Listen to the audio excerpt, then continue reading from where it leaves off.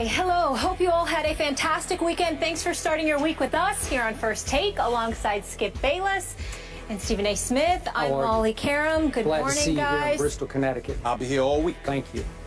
Skip, another costly win for your squad. Obviously, Yep. Tony Romo suffering a fractured left collarbone in the third quarter of Sunday's win against the Eagles. So no Romo, no Dez, a slew of other injuries. They are 2-0, but Skip, are your Cowboys done?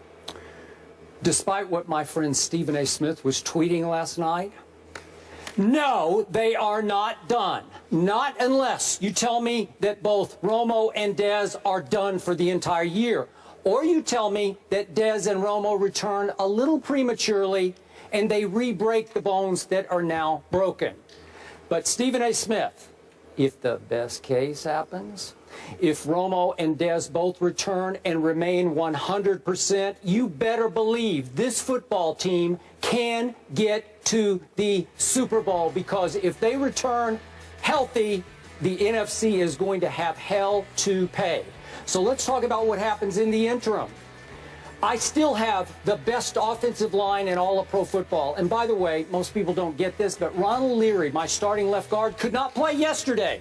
So he should be back with a pulled groin by next week. Yeah. And my defense remains underrated because it keeps battling its tail off for Rod Marinelli. And what it pulled off yesterday against the Eagles in your town in Philadelphia was nothing short of quietly spectacular. So let's just talk about this. All my Cowboys need to do is win the NFC East, because if you win the East, and by the way, they already have 2 huge division wins. The NFC East title gives you a ticket into the playoffs, even if you have to play on the road. What have my Cowboys now done, Mr. Smith? They have won 10 straight regular season road games. Franchise record. That's unbelievable to me. 10 straight on the road.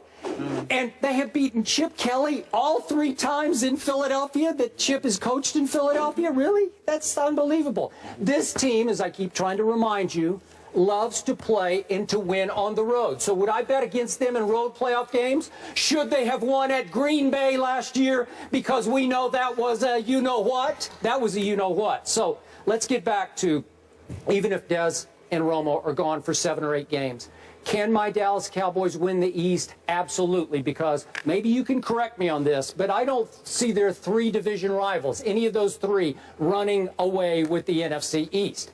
Listen, your Giants are not 0-2 awful. The Eagles are not 0-2 awful. They will both make a little noise. They will both have their moments. Hey, the Redskins are not bad. They've already had their moment, but they still have Kirk Cousins at quarterback, which is why I don't fear long-term the Washington Redskins. So let me just go to, if my Cowboys, with Brandon Weeden at quarterback, who, by the way, very quietly went 7 for his 7 that he threw in that game yesterday, 7 for 7. And remember, this is his 2nd year in the system, and he made a big point last night. This is the first time since 7th grade that he's had the same offensive coordinator for 2 straight years. So he's far more comfortable in this system now than he used to be. Yep. So what if my Cowboys, who have some guts and fight in them that is becoming special, what if they pull off a win against Atlanta at home? What if they go to New Orleans, where Jameis Winston won yesterday, and beat Drew Brees to get to 4-0? Right. Guess what happens then? Here comes Greg Hardy. Here comes Rolando McClain. Maybe here comes back Randy Gregory from his high ankle sprain. You don't think that defense is just going to get a little stronger, but stronger? They will. So do I think they're done? No, they're not done, because they still can win the NFC East. Thank you very much. Skip Bayless, let me start off the show by giving you kudos, because for the 2nd consecutive year, you're absolutely right. The Dallas Cowboys are going to win the NFC East. The Eagles, once again, have let me down. I'm done. Oh, you're writing it off. I'm writing the Eagles off. I'm writing the Eagles off, and I'll get to that in a second. They just look pathetic.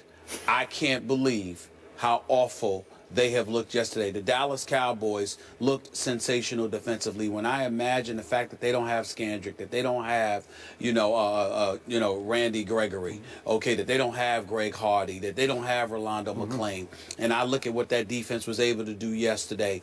It's very impressive. There's no question about it. And when you imagine Des Bryant and Tony Romo, it's clearly it's understandable why they were your Super Bowl picks. The Philadelphia Eagles are an entirely different story. The Philadelphia Eagles had 17 yards rushing yesterday. 17 yards rushing. In 2 games, they have a grand total of 70 yards rushing. Their 17 yards rushing yesterday is the worst since the franchise was in existence in 1961. Yeah. That's how bad the Eagles' offense was. Sam Bradford looked like a straight-up... I'm not going to even call him names. What I'm going to say is he looked pathetically weak. He looked petrified. He looked in over his head like a deer caught in headlights. The offensive line, whether it was Kelsey, whether it was Gardner, whether it was this dude Barbary or whomever, the Eagles' offensive line is a shell of itself, and Chip Kelly looks like no genius. You got rid of Evan Mathis, who's now in Denver. This was an 11-year veteran and an all-pro at your left tackle spot. You see where that's got you, okay? Jeremy Maclin, your wide receiver, is gone. Clearly, Chip Kelly is so addicted to his system. His level of intelligence and his IQ is so above the charts compared to everybody else that somehow, some way, he does not believe that he needs talent in order to win in the NFL. He only needs his system. So, Skip Bayless, I will concede that you are absolutely, positively, 100% correct about your Cowboys as it pertains to the NFC East. Here's the thing. Here we go again with accident waiting to happen. I was not measuring the Dallas Cowboys according to the NFC East. Sure, I picked the Eagles. Sure, I thought that they would do some damage because of their offense. Sure, I was wrong about that. I'm wrong about quite a few things. I don't pretend to be infallible, nor do I pretend to be perfect. What I pretend to be, which is not pretentious at all, is accuracy as it pertains to the Dallas Cowboys overall. And what do I consistently say? At some point in time, the Dallas Cowboys, just like Jay Cutler, they won't let you down. Just be patient. What can go wrong will go wrong.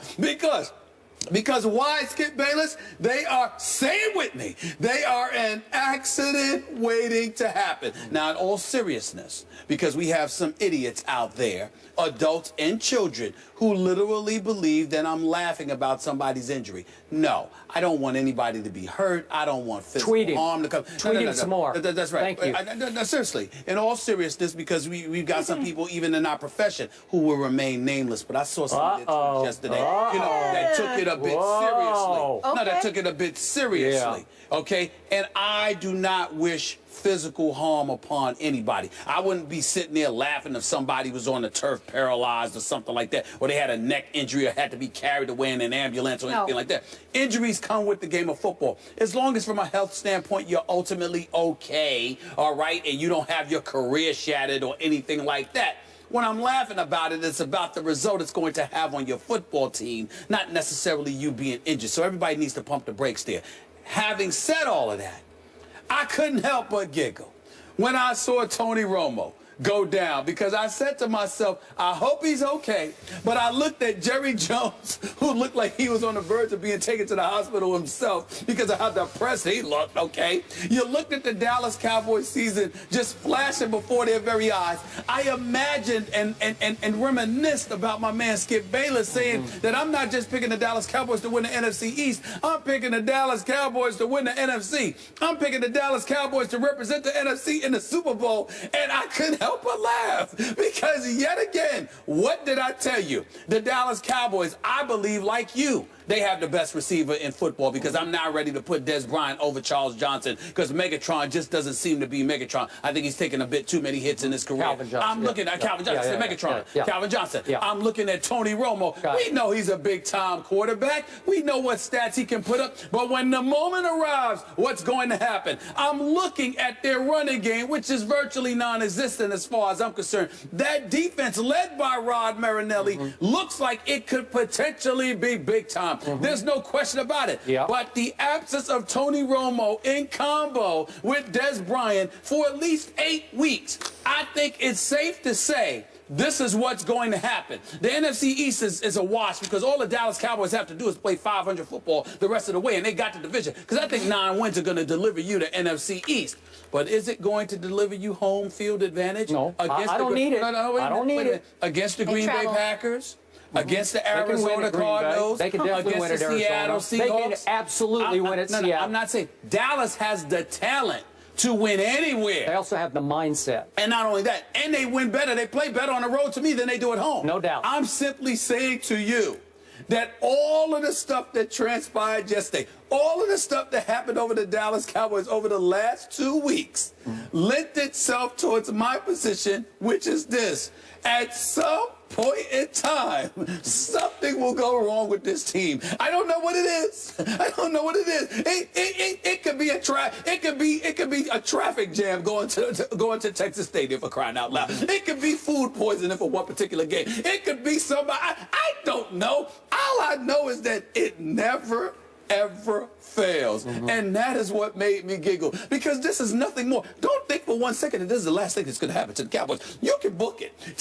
Something's going to happen with Dez Bryant. A lot of good stuff is about to happen. Something's going to happen with Dez Bryant's injury. Something's going to happen with Tony Romo's injury. It's going to get prolonged somehow, some way. Something's going to get in the way, because this is what it is, Skip. They are not meant to win. Their time has come.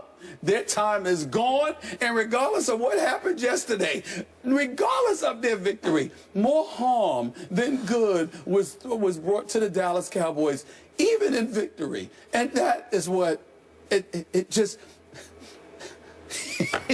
Without their big 3 from last year, they still got it done. The Eagles might be more laughable right now. So what? No, the Eagles are a joke. The Eagles are a joke. The difference between the Eagles and the Cowboys is that the Eagles are nothing to laugh about. And we're going to get into that. Because the Cowboys are talented. The Eagles, they look soft.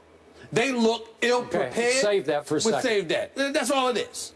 I've been trying to get this through your head. My Cowboys are now an accident waiting to unhappen. Oh, really? Because watch what's about to happen. If Romo and Dez do get back in, let's say, 8 weeks, best case scenario, we'll save that tape and we'll play it again and again and again. The accident waiting to happen. Please do. You know why? Please do.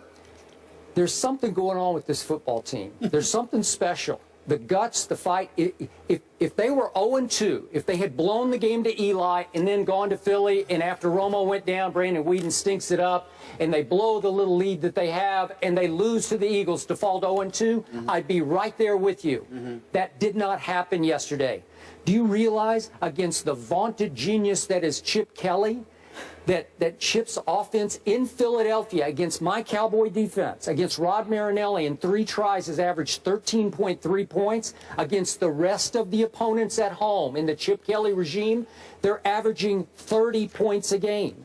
30 a game versus 13.3. Something is going on here with this coordinator and this defense that can get them through the night. The offensive line didn't go away. Just watch what's going to happen now, because if they can just keep their heads above water, and I just made the case, I give them a shot against Atlanta and at New Orleans. I don't give them a shot in the 5th game against New England, but then they get a bye week. And if they start to get healthy and eligible, your prediction about accident waiting to happen is going to go right down the toilet. Skip Bayless, I know that you love to be right. You're just addicted to the world confirming that you're right. But let's be clear about especially against you. He was pretty right yesterday with the picks, though. We'll give you props on that. So what? A dead clock. So what? Oh, this dead clock is right every Monday. That's not true. That's not true. There's a few games you've gotten wrong last week. Let's call a spade now. Yeah, but who's ahead? I think I'm ahead of you like 7-1. No, it's not 7-1. I think it's significantly much closer than that. But that's neither here nor there, Skip Bayless, because for me, as long as I'm right about the Cowboys, it does not bother me. And this is the beauty of it all. Because let me tell you something right now. Let me remind the world of my promise. Not a bet, but a promise that I would have to wear Dallas Cowboys paraphernalia the entire week of Super Bowl week in the event that the Dallas Cowboys get to the Super Bowl. We all know I don't want that nightmare. And I am telling you right now, it will not happen. And that's what you have to pay attention to right here. Skip Bayless, you sit there and you hit your Wagoner team. You're addicted. You hold on to them. And then you are absolutely, positively miserable for months when it doesn't happen. So at the end of the day, Where does my joy come from? My joy comes from the reality that from December on, Skip Bayless is going to have a very, very miserable offseason because your Dallas Cowboys are going to let you down. Tony Romo will come back. Des Bryant will come back. And I promise you, something else will happen because it's already been ruined. They ain't getting home field. It's already, and even though they perform well on the road, they're not getting home field. You can cancel that. There's no way on earth that the Dallas Cowboys getting home field advantage come playoff time with them being gone for 8 to 10 weeks. Tony Romo and Des Bryant. It's just not going to happen. Brandon Whedon is going to lead you to victory. Come on now. It's just not going to happen. I mean, he's going to win a couple of games now. They ain't going to completely wet the bed. But the Dallas Cowboys will struggle. They will not be the same team. And as a result, it will cost them home field advantage in the playoffs. And as a result of that, they will not be going to the Super Bowl. As I promised you, they would not. This, to me, as long as Tony Romo, God bless him, and I don't want any life-threatening thing to happen to him, of course. But thank goodness, you know, he's relatively healthy, but he can't play football. In the end, I want you on the field with your best losing that way rather than you getting injured, except with the Cowboys. Because with the Cowboys, my accident waiting to happen mantra, I love that to continuously prove correct.